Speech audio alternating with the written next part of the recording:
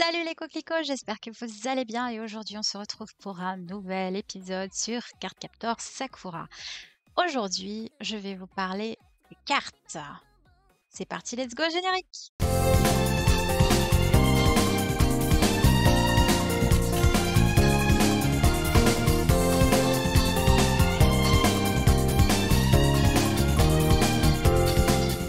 Alors, je vous vois déjà venir sur vos grands chevaux. Mais Chao, il y a 53 cartes, et puis si tu comptes en plus de ça, celle de l'espoir et celle qui n'a pas de nom, on va jamais s'en sortir, il y a 57 cartes, ça va prendre des heures. Ne vous inquiétez pas, je vais essayer de l'être la plus succincte possible en vous décrivant les cartes. De toute façon, je les ai avec moi. Donc on va pouvoir essayer d'aller le plus vite possible. Alors prépare-toi parce que je ne sais pas combien de temps va durer la vidéo puisque je suis en train de la tourner. Eh Chao du futur, essaye de pas faire trop long.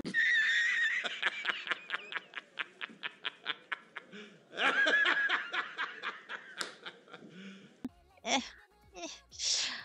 Alors c'est parti, let's go.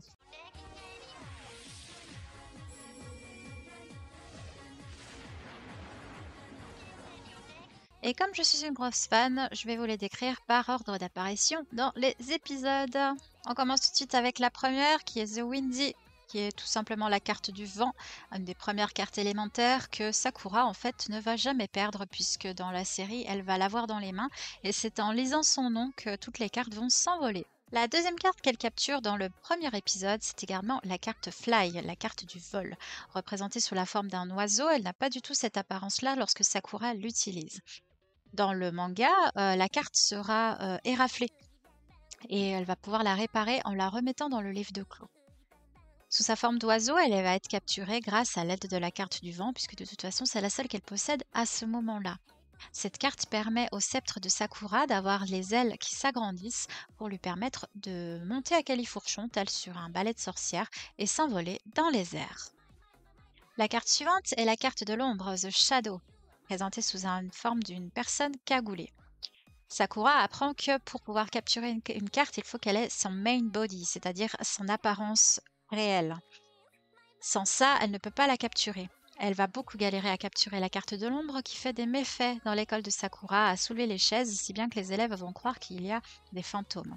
Sakura va rapidement comprendre, effectivement grâce à l'aide de Tomoyo et de Kero, qu'il ne s'agit pas d'un fantôme mais d'une carte de Clos. Elle va réussir à cibler la carte en l'enfermant sur le stade de l'école où elle va allumer tous les projecteurs, lui permettant de retrouver sa forme originelle puisqu'elle avait gagné en puissance en récupérant toutes les ombres de tous les élèves de l'école, grandissant ainsi sa puissance. La carte suivante est la carte de l'eau, The Watery, que Sakura va capturer alors qu'elle se cache dans un aquarium. La carte fait en effet des méfaits et fait exploser tous les bassins avec les animaux dans le petit zoo aquatique où elle va en balade scolaire. Elle se rend compte qu'il y a dans cet aquarium l'aura d'une clocarde et n'ayant pas suffisamment de puissance puisqu'elle n'avait que 3 cartes à ce moment-là, elle va avoir la brillante idée de l'enfermer dans un congélateur afin de pouvoir ensuite la sceller. Les deux cartes suivantes que Sakura capture sont The Wood et The Rain. À savoir que The Rain est une carte qui n'existe pas et c'est la première carte qui n'existe pas dans le manga qui apparaît dans l'anime. The Wood et The Rain, Sakura va les trouver en faisant le ménage chez elle, tout simplement. À savoir que dans le manga, The Wood étant une carte très gentille, elle va revenir en fait naturellement auprès de Sakura et c'est en fait les deux cartes qu'elle a de base dans son jeu, The Wood et The Windy. Mais ouais, elle les trouve en faisant le ménage. D'ailleurs, ça va lui poser problème parce qu'elle oublie d'apposer son nom, puisqu'elle les trouve sous forme de cartes. Elle oublie d'apposer son nom dessus, et du coup les cartes vont s'associer ensemble, et quand tu mouilles une plante, bah elle grandit. Donc elle va foutre le bazar dans la maison de Sakura. La carte suivante, c'est la carte The Gem, la carte du saut. Cette carte, elle va rester sous sa forme de petit lapin ailé dans une boutique de jouets. Parce que la carte se sent seule et en fait elle va se retrouver dans une boutique de jouets. Sauf qu'à chaque fois que quelqu'un l'achète, eh bien la carte revient dans le magasin, si bien que la tenancière du magasin va être accusée de faire des cambriolages et de récupérer les peluches qu'elle vend. Jusqu'à ce que Sakura découvre qu'il s'agit en fait d'une carte de Clos qui était très seule et qui avait besoin de compagnie. avec l'aide de la carte du vol et la carte du bois, elle va emprisonner la carte du sceau et l'attraper. On passe ensuite à la carte suivante qui est la carte de l'illusion, The Illusion. Ce récit est à peu près identique que ce soit dans le manga et l'anime, c'est-à-dire que la carte de l'illusion va être très méchante envers Sakura et prendre l'apparence de sa mère décédée. Sauf que la carte va l'attirer dans un ravin afin de la blesser et elle ne va pas comprendre pourquoi sa mère cherche à la blesser. Si je me souviens bien, dans le manga, elle est au fond d'un lac, obligeant Sakura à plonger pour la retrouver et provoquant la noyade de Sakura. À chaque fois, c'est Yukito qui va venir la sauver et il va lui dire une phrase très très intelligente. Si c'était vraiment ta mère, est-ce que tu crois vraiment qu'elle te ferait du mal? Sakura comprend donc qu'il ne s'agit probablement pas de sa mère et elle comprend que c'est une carte de clos. Elle va donc arriver à la sceller. On passe ensuite à la carte du silence, qui est une nouvelle carte inventée pour l'animé. Cette carte a décidé de se mettre dans un musée, parce que quoi de mieux qu'un musée pour rester dans le silence. Cette carte a donc le pouvoir de rendre tout l'environnement silencieux à volonté. Emprisonnée dans un tableau, par choix, la fille du peintre de ce tableau va vouloir essayer de modifier la peinture, sauf qu'à chaque fois elle fait du bruit et elle est expédiée dehors. Sakura, lors d'une visite dans ce même musée, va se rendre compte qu'il y a une carte sur ce tableau, va essayer de la récupérer, va avoir beaucoup de mal, finalement va utiliser la carte de l'ombre pour projeter son ombre directement sur le tableau afin de la capturer. Carte suivante, c'est la carte Thunder, la carte de l'électricité. Comme vous le voyez, la carte a la forme d'un Raiju, qui est une entité japonaise qui contrôle l'électricité. Cette carte a donc, comme vous l'avez compris, le pouvoir de faire des éclairs, de faire des courts-circuits, de faire tout ce qui est en rapport avec l'électricité. Dans l'anime, Sakura va utiliser la carte de l'ombre pour englober la puissance de l'électricité afin de pouvoir la réduire et la capturer. Dans le manga, c'est l'inverse. C'est la carte Thunder qu'elle aura capturée avant qui va lui permettre de capturer Shadow.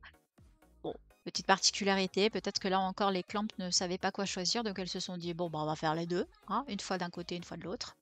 Mais voilà comment elle capture la carte de la foudre. Carte suivante, la carte The Sword, la carte de l'épée. Cette carte permet à Sakura de pouvoir transformer son sceptre magique en épée, tout simplement. De ce fait, elle ne peut pas utiliser Fly avec ce pouvoir. Comment cette carte est apparue? Eh bien, elle était sous la forme d'une broche dans une boutique d'antiquité où Sakura et son ami Rika et Tomoyo se sont rendus. Rika a totalement flashé sur la broche, mais en la mettant se retrouve possédée par le pouvoir de la carte et devient une épéiste émérite. Sakura va avoir énormément de mal à ne pas blesser son ami Rika, alors que Shaoran, lui, va s'en fiche totalement et va essayer de la blesser. Sakura va l'en empêcher et va trouver la solution de créer une illusion avec la carte de l'illusion qui prendra la forme de Perada. En voyant son amoureux devant elle, Rika va lâcher son épée et va permettre à Sakura de sceller la carte.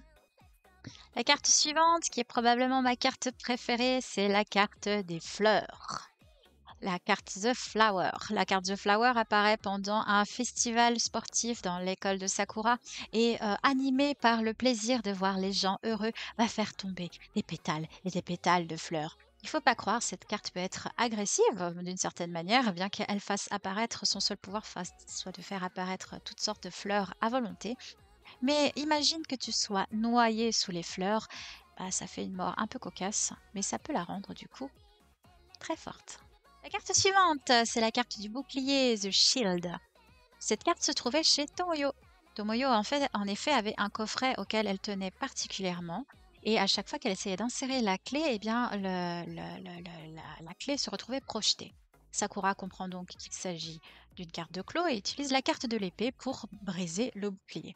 Il s'avère que dans ce petit coffret se trouvait le bouquet de mariée de Nadichiko Kinomoto qui était fait en fleurs de cerisier.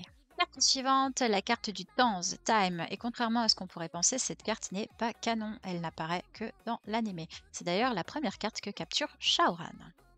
Pourquoi? Eh bien tout simplement parce qu'ils se rendent compte, ils ne sont que deux, Sakura et Shaoran, à se rendre compte qu'ils revivent encore et encore la même journée. jusqu'à ce qu'ils comprennent que lorsque minuit sonne, la carte du temps, qui se trouvait cachée dans le clocher de la ville de Tomoeda, eh bien, remontait le temps d'une seule journée. Il décide donc de briser, son, de briser son sablier et cela permet à la carte du temps d'être capturée. Mais c'est Shaoran qui y parvient en lui jetant un Raitai Shorai. On passe à la carte suivante qui est la carte de la puissance, The Power. Elle donne une puissance incommensurable à la personne qui l'utilise. En fait, la carte va fusionner avec le maître des cartes et lui donner une force incroyable. Il s'avère que cette carte apparaît alors que Sakura est en voyage scolaire dans un zoo, si je me souviens bien. Et la carte de la puissance va tout le temps chercher en fait à se mettre en rivalité avec les animaux les plus forts du zoo. Pourquoi? On ne sait pas. Mais elle va se retrouver à faire une épreuve de force avec un éléphant. Et jusqu'à ce que Sakura arrive à sceller la carte en lui proposant un duel. Se faisant aider par les éléphants, elle va faire un jeu de tir à la corde. Sauf que c'est au final Shaoran qui va l'aider en utilisant la carte du temps pour arrêter le temps, puisque c'est les deux pouvoirs de la carte. La carte du temps peut remonter le temps et l'arrêter. Il va aider Sakura sans vraiment vouloir le faire exprès. Il va arrêter le temps, permettant ensuite à Shaoran de pouvoir enlever la corde des mains de la carte de la puissance, et en remettant le temps, eh bien la carte a donc perdu. Sauf que la carte n'a pas conscience que c'est Shaoran qui a fait ce stratagème puisque le temps était arrêté, donc la carte revient à Sakura qui a cru légitimement qu'elle avait gagné le combat de force. La carte suivante, c'est la carte The Mist, la carte du brouillard, dont le design peut nous rappeler Kaho Mizuki, mais en fait c'est une carte inventée, la carte de The Mist n'existe pas. Elle a le pouvoir de créer le brouillard le plus intense et aussi un brouillard destructeur. Tout ce qui se trouve dans son nuage se retrouve être broyé. C'est ce qui se passe lorsqu'elle apparaît lors du festival de l'école de Toya, alors qu'ils étaient en train de faire une représentation théâtrale. Le piédestal où était à ce moment-là Toya s'effondre, broyé sous la puissance de The Mist. Sakura comprend donc qu'il s'agit d'une carte et l'immobilise avec The Shadow. Tout comme Thunder, elle va l'envelopper de la puissance de Shadow pour ensuite la capturer. Les deux cartes suivantes sont également deux cartes inventées exclusivement pour l'anime, ce sont The Float et The Storm. À savoir que l'épisode s'ouvre sur The Storm, donc la carte de la tempête. Cette carte a la capacité de créer des tempêtes, des cyclones et des ouragans. C'est Shaoran qui va réussir à l'attraper en se jetant tout simplement, si on peut dire, dans l'œil du cyclone. Sakura va pouvoir ainsi sceller la carte, mais la carte va lui revenir. Suite à cette défaite, Shaoran va être très méchant avec elle en disant qu'elle est incapable. En rentrant chez elle, elle va être furieuse et se disputer avec Kero qui va en rajouter une couche. Du coup, Sakura et Kero se séparent et Kero se retrouve à dormir dehors.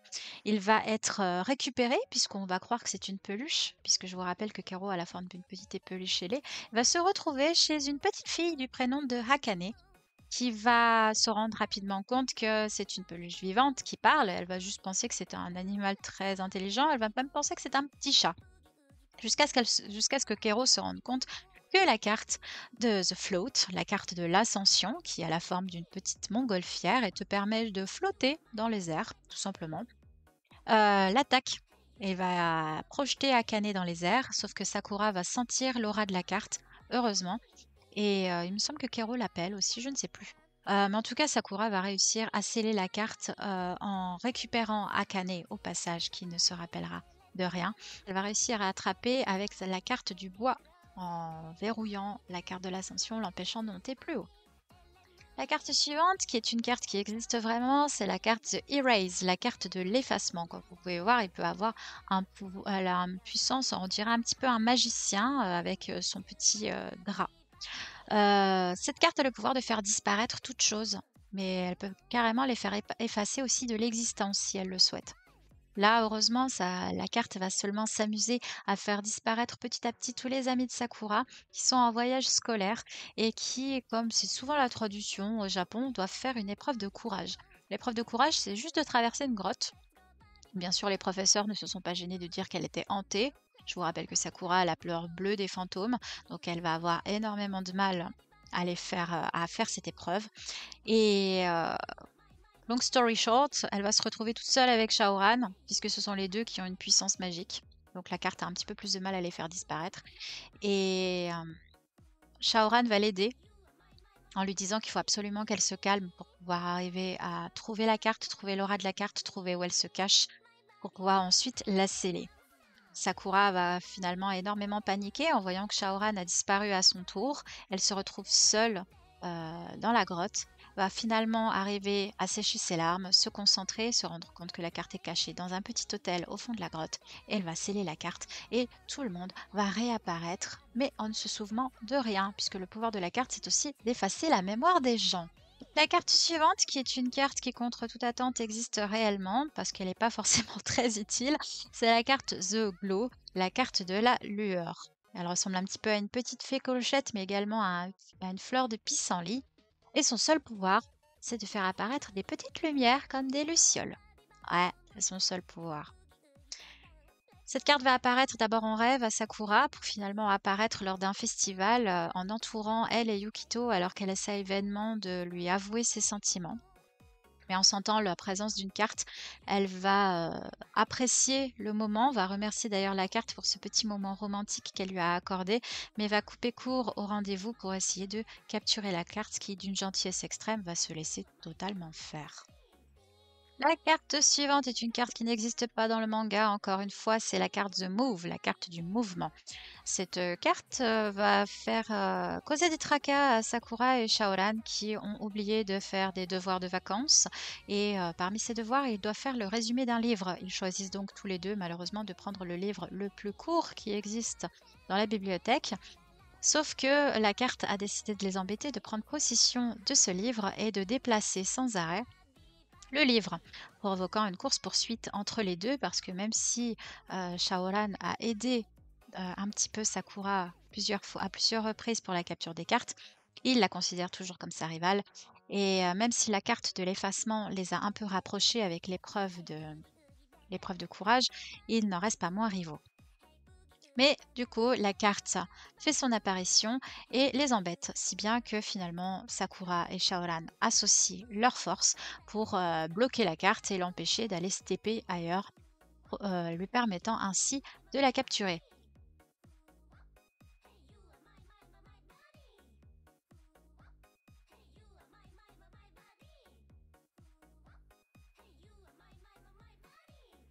Cet épisode d'ailleurs fera apparaître Meilin, puisque là on avait enfin un rapprochement entre les deux personnages qui va être totalement bouleversé par l'arrivée de Meilin qui va créer un beau Ni-hao de plaisir. La carte suivante est la carte du combat, à ne pas confondre avec la carte de la puissance. La carte du combat permet aux détenteurs des cartes de devenir un pro des arts martiaux. Vraiment un super Jet Li puissance 1000. Puisque la carte du combat connaît tous les arts martiaux asiatiques par cœur. Voilà, c'est le meilleur combattant qui existe. Comme je vous ai dit avant, Meilin a fait son apparition juste à la fin de l'épisode précédent, donc du coup c'est elle qui va vouloir, pour montrer sa valeur, combattre la carte, puisque comme je vous l'ai précédemment dit, Meilin a suivi des cours d'arts martiaux étant petite avec Shaoran, donc c'est elle aussi une grande maître des arts martiaux, mais pas autant que la carte du combat. Elle va énormément s'esquinter, se blesser, puisque la carte agit un peu comme une sociopathe, elle en a rien à faire, tout ce qu'elle veut c'est un combattant. Meilin ne va pas arriver à la vaincre et Sakura ne va rien trouver de mieux que d'utiliser la carte de la puissance justement pour battre la carte du combat à la force et pas à la rapidité. La carte suivante est de nouveau une carte qui n'existe que dans l'anime, c'est la carte The Loop, la carte de la boucle. Cet épisode, elle apparaît dans un épisode où il y a une course d'orientation à travers la ville de Tomoeda et en fait, Sakura se retrouve prisonnière de la boucle et n'arrive pas à en sortir. C'est avec l'aide de Shaoran qu'ils vont comprendre tous les deux qu'il suffit de couper cette boucle pour que ça brise. Elle va utiliser la carte de l'épée, il va utiliser son Jian et ils vont trancher en même temps, mais la carte décrétera, contrairement à la carte du mouvement, que c'est Sakura qui a mérité d'en être son propriétaire. Si je me rappelle bien, elle va vouloir la lui donner en remerciement de son aide et il va refuser. La carte suivante est de nouveau une carte qui n'existe pas, c'est la carte The Sleep, la carte du sommeil. Cette carte apparaît à l'université de Tomoeda où travaille Fujitaka Kinomoto, le père de Sakura qui est professeur en archéologie là-bas. Sakura décide d'aller lui rendre visite pour lui apporter à manger parce que son père est sur un énorme projet d'archéologie et il n'a pas le temps d'entrer à la maison.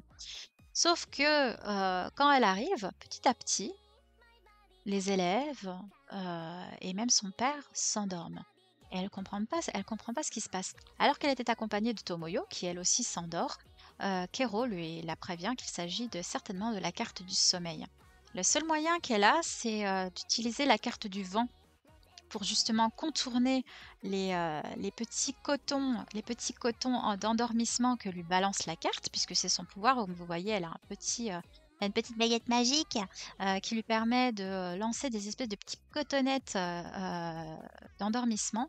Donc Sakura utilise la carte du vent pour essayer justement de déstabiliser la carte et la carte du saut pour esquiver tout ça. Malheureusement, lorsqu'elle combat la carte, elle est dans la réserve de son père à l'université et elle fout le bazar. Elle fout le bazar dans tous ses dossiers, réussit à capturer la carte, mais sous les effets du combat, elle va détruire son ordinateur, l'ordinateur que où son père conservait tous ses travaux, et également tous les documents vont se retrouver dispersés au gré du vent dans la pièce, mais complètement mélangés.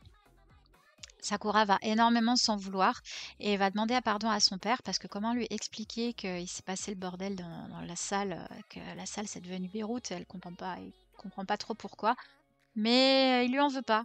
Il lui pardonne, il lui dit t'as certainement une bonne raison, c'est pas grave.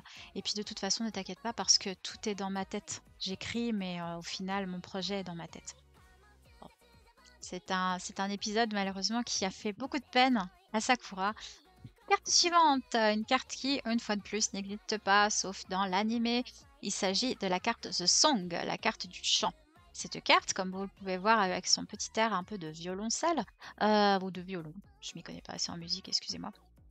Cette carte a le pouvoir de copier la voix de quelqu'un qui chante, évidemment, le chant de quelqu'un. La carte ne va rien trouver de mieux que de trouver domicile de nouveau dans l'école de Tomoeda, l'école de Sakura, où les bruits courent que certains élèves, quand ils quittent l'école tard le soir, entendent une voix s'élever dans les couloirs.